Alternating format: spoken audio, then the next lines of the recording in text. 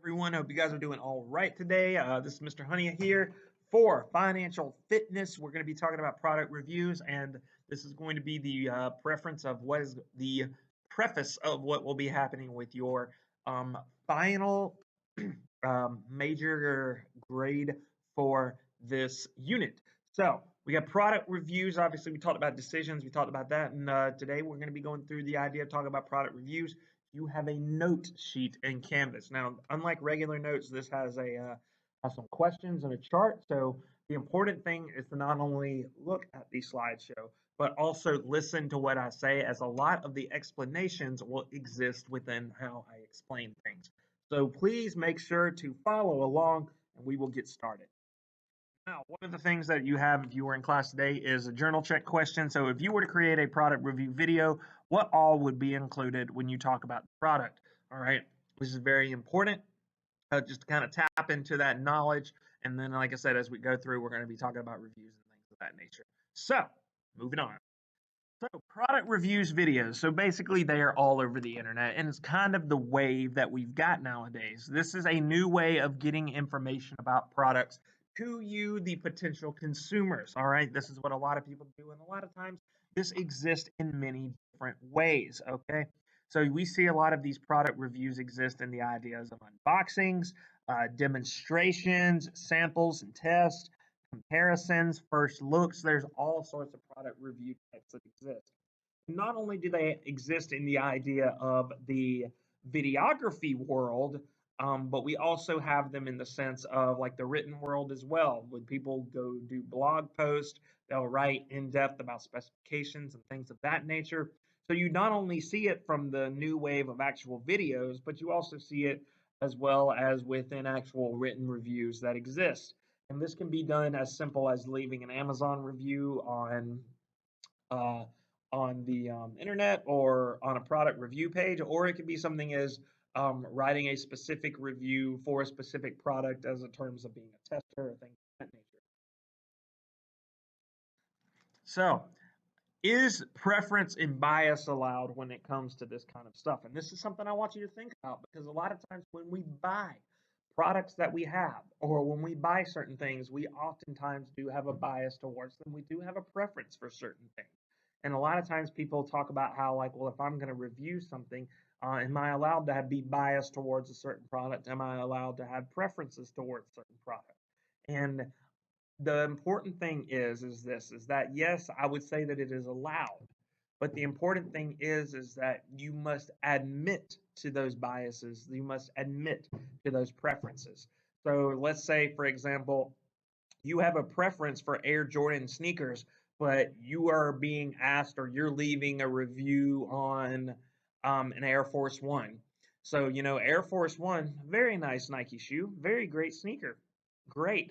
But if you are constantly having the Air Force One being compared to your preference of an Air Jordan One, and you're constantly having that, you'll have to admit that you have preferences for the Air Jordan One, because your viewpoint may not be as favorable towards your review in the Air Force One. So it's one of those things, like, you always want to make sure that you are admitting to those biases and preferences. Now, if you go in, you see your little chart, and this is where I'm talking about making sure that you understand what this stuff means. So in the left side of the chart, you have all of these things of what you need to consider when you write a review, and I'm going to basically explain what they mean, and you just fill that out. So admitting your biases, preferences, basically making sure that people know where you stand in terms of your preferences and biases. So you can just write that down as knowing your previous stance, okay? Because that allows people to have a little bit of context to the choices that you're making. So another thing that comes in with reviews is background information and price. That's something you always want to consider when you're looking at a review. How expensive is something, and then also the background information, i.e., the company that makes it, maybe the product iteration. So, for example, is it a 2.0, a 3.0? And then, also things of that nature. And then just understanding certain things of how that stuff works. For example, there was a company, a speaker company known as Midas, made really great speakers and really great soundboards. Well, some good information about that, if I was reviewing Midas speakers, background information would be that they were acquired by Behringer, which is a German company, which is known for having extremely inexpensive speakers because they put cheap parts in it. So, that's important to consider whenever you're talking about a certain company and the background information because it gives you an idea of what the product is and, the reputation of the company. Another thing is where the product come from, where the product came from. So, for example, was it manufactured in the USA? Was it manufactured overseas? Were the parts from overseas and was assembled in the United States? It's very important to consider because a lot of times where these products come from, some people associate quality with that, but they also associate, um, you know, having a sense of, I guess you could say, social responsibility in that. The quality of packaging and presentation. This does not always have to deal with the product itself, but rather how the product is presented in its packaging. So, for example, if I had a can of Pepsi Cola here, I could look at a can of Pepsi Cola and think, okay, well, the can, is a nice shade of blue. It's giving me these America vibes because we all know that Pepsi has that red, white, and blue color on it. You can talk about how the product is packaging, but we're not talking about the actual Pepsi in the can itself, or we're not talking about the Pepsi itself. So you want to talk about the quality of the presentation of that product. And then next, you want to go into using your senses. So, for example, how does it look? How does it feel? How does it smell, sound, taste? And this is going to be specific to very specific products. So, for example, using your senses. Okay. So, once again, where the previous one was the quality of the packaging and the presentation of the product, we're looking at how does it look? How does the packaging look? Your senses, in the standpoint of this section, is where you're actually looking at the product itself. You're holding the product, you're seeing how it feels. In some cases, this product may be a food product. How does it smell? In some cases, you may get a product from overseas that was in a really interesting packaging situation and it has a weird smell. I'll never forget one time I was I was opening up I forgot what it was, but it was a product that had a really weird smell to it. And I showed it to my dad and I was like, well, does it smell right? He's like, that does smell weird. We did some research and come to find out the company ended up having a huge rat infestation. And so we chalked it up to being rat pee. So it's one of those things where it's like, you start smelling things, you start recognizing it as like, does this not work? Does this not smell the way it's supposed to? Or is there something a little odd? Sound as well. Some products aren't supposed to have a sound. Other products may have a sound. And then finally, the taste. Okay. With food products, you want to make sure that it tastes properly.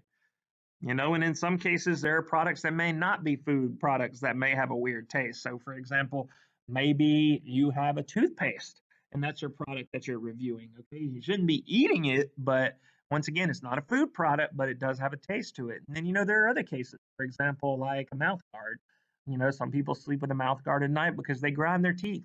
And some people get really turned off by the rubbery taste of a mouth guard. So you could talk about that. So it all depends on your senses that you plan to use. Okay. And then finally, does it function as intended and how is the quality? So this is one of those things where, once again, if it's a product that you want to use and you want to have it and you want to use it as you want to use it as it is intended and it works correctly, that's great. There are some products like you buy it and you want it to work as intended, and then you find out, ugh, gross, no, this isn't working properly. This is terrible. So that would be a no. It doesn't function as intended, but you also want to talk about the quality as well. Once you begin using the product, the quality there, is the quality worth it? And this can even go from the standpoint of food. So it's making sure that within this area, you want to make sure that you're checking it, you're testing it. So with this one, you want to make sure we're testing the product. And then finally, your overall verdict and your call to action. So these are your final thoughts.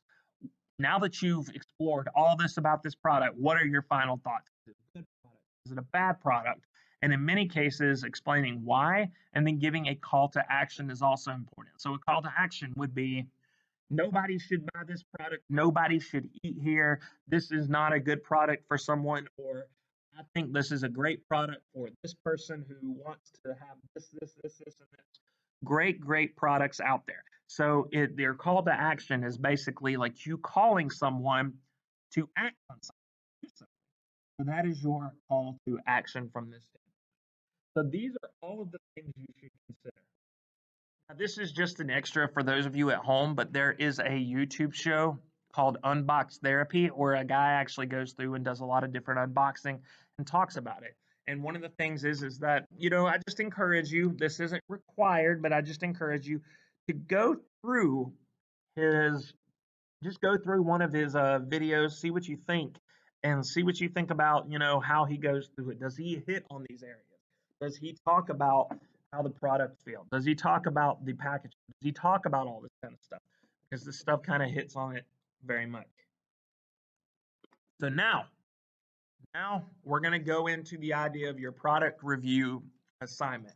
Most of you opted for a project rather than a test. So here's what we got. So here's your product review assignment. This is going to be for a major grade.